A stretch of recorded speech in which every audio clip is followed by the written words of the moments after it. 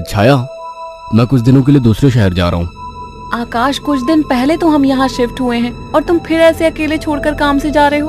अरे तो नया शहर है, घूम आया करना, और मैं कॉल करता रहूंगा। ठीक है, मैं रोकूंगी तो रुकोगे थोड़ी ही। तुम फिर शुरू मत हो छाया, ये मेरा काम है। ठीक है, मैं अपना सामान लगा देती हूँ, बस अपना ख्याल रखना।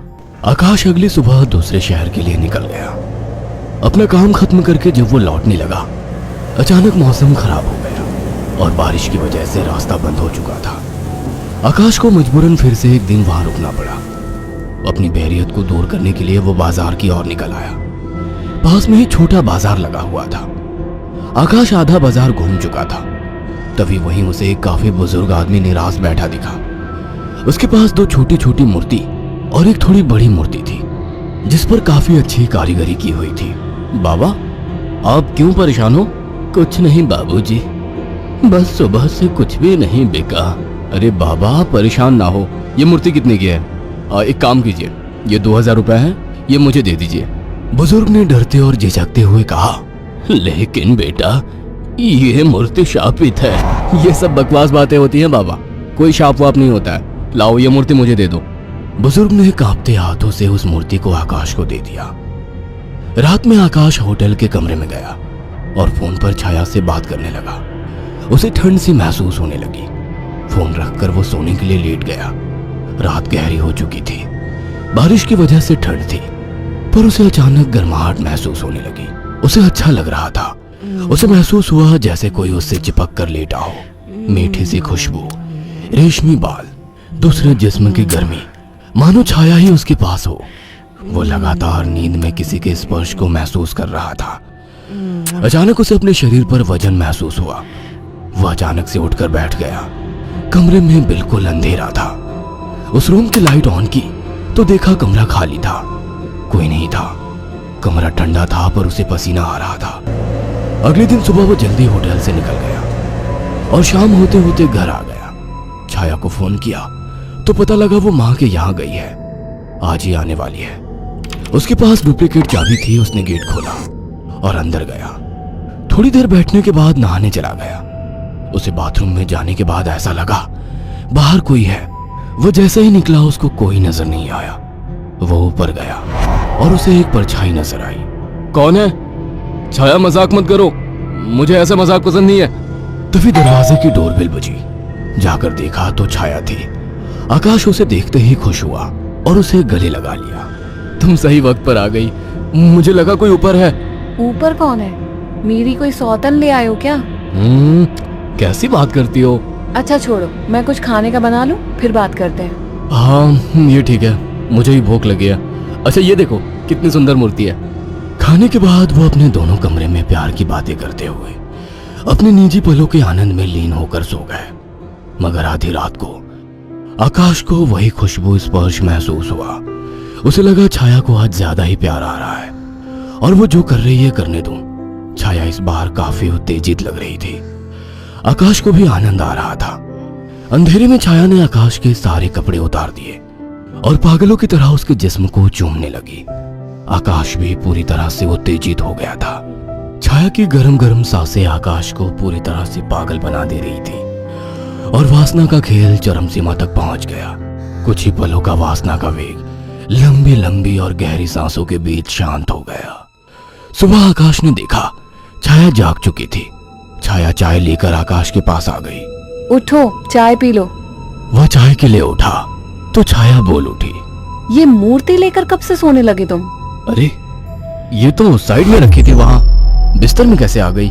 आ गई होगी। एनीवे, चलो तैयार हो जाओ, ऑफिस जाओगे ना? लाओ, इस मूर्ति को मैं रख देती हूँ। थोड़ी देर बाद छाया कमरे में सफाई करने गई। वो काम में बिजी थी, पर उसे लगा जैसे मूर्ति उसे देख रही है। जैसे उसने मूर्ति की तरफ देखा, मूर्ति अपनी जगह जैसी थी वैसे ही रखी थी। छाया काम खत्म करके कमरे से निकलने को हुई तो अचानक मूर्ति गिर गई। छाया ने पलट के मूर्ति को उठाया। अचानक मूर्ति मुस्कुराई। छाया डर गई और मूर्ति हाथ से छूट गई। डरते डरते उसने मूर्ति को उठाया तो उसने देखा वो सामान्य थी। शैतान मूर्ति डराती है मुझे। ये कहकर उसने मूर्ति को अलमारी में रख दिया। काम खत्म कर छाया नहाने गई और जैसे ही उसने कपड़े उतारे और पानी का नल खोला, गर्म पानी उस पर गिरा। वो चिल्ला उठी और बिना कपड़ों के बाहर निकलकर भाग आई। उसके जिस्म पर छाले हो चुके थे। उसने आकाश को फोन किया। आकाश तुरंत चला आया और उसको अस्पताल ले गया। आकाश ने ऑफिस से कुछ दिन की छुट्टी ले ली। छाया, ये सब कैसे हुआ? पता नहीं, नल से गर्म पानी अचानक निकला। मुझे सब अजीब सा लग रहा है, मानो मुझे कोई देख रहा हो। तुम आराम करो, मैं कुछ खाने को लेकर आता हूँ। छाया लेटी हुई थी। अचानक उसने ध्यान दिया, मूर्ति उसकी ही तरफ घूर रही थी। अचानक उसे याद आया कि मूर्ति को तो उसने अलमारी में रख दिया था। अचानक वो मूर्ति हिलने लगी। छाया चीख उठी। आकाश दौड़ता हुआ आया। क्या हुआ? ये मूर्ति अभी खुद चली थी। तुम्हारा वहम होगा छाया। मगर रात को आकाश को फिर से चुंबन के स्पर्श महसूस हुए। वो नींद में था और चाह के आंखें नहीं खोल पा रहा था, परंतु आकाश को चुंबन के स्पर्श उत्तेजित कर रहे थे। उसके मुंह से आवाजें निकल रही थी। अचानक छाया की आंख खुल गई और उसने जो देखा वो हैरान रह गई। उसने देखा कि एक लड़की काली परछाई के रूप में आकाश के कपड़े खोल रही थी और वो देखते ही चिल्लाने लगी, आकाश, वो काली परछाई! अचानक कमरे के शीशे में चटक सी आवाज आई और शीशा टूट गया। आकाश उठकर बैठ गया। ये शीशा कैसे टूटा? और तुम चिल्लाई क्यों? आकाश, वो कोई काली आत्मा थी। मैंने अभी देखा, वो तुम्हारे साथ संबंध बना रही थी।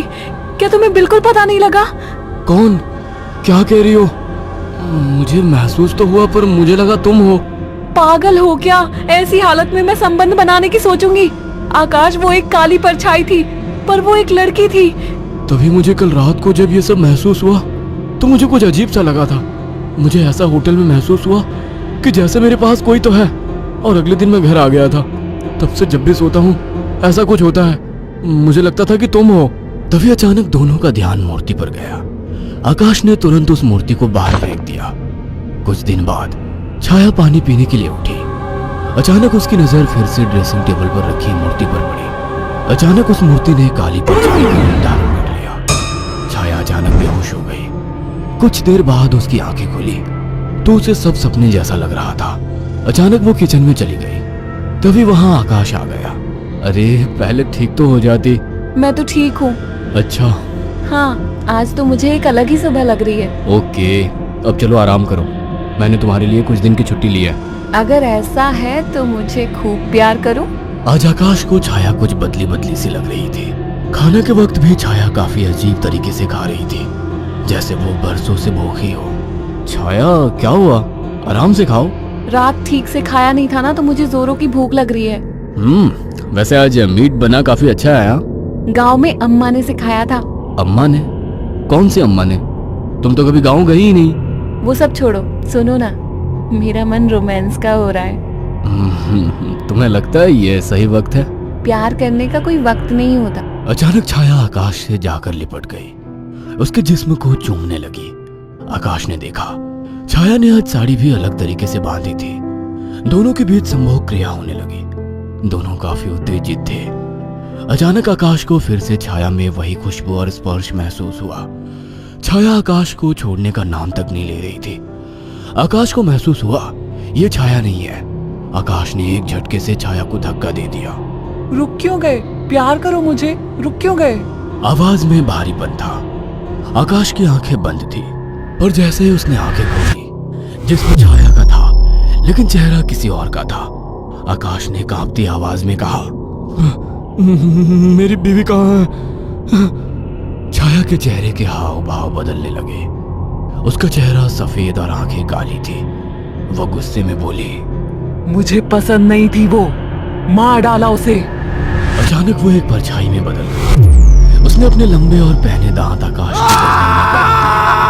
आकाश एक दिल दहला देने वाली चीख के साथ शांत पड़ गया। कुछ दिनों बाद जब घर से बदबू आने लगी तो पड़ोसियों ने पुलिस को बुलाया तो देखा दोनों की लाश बहुत बुरी तरह से कटी पड़ी है और सड़नी शुरू हो चुकी थी।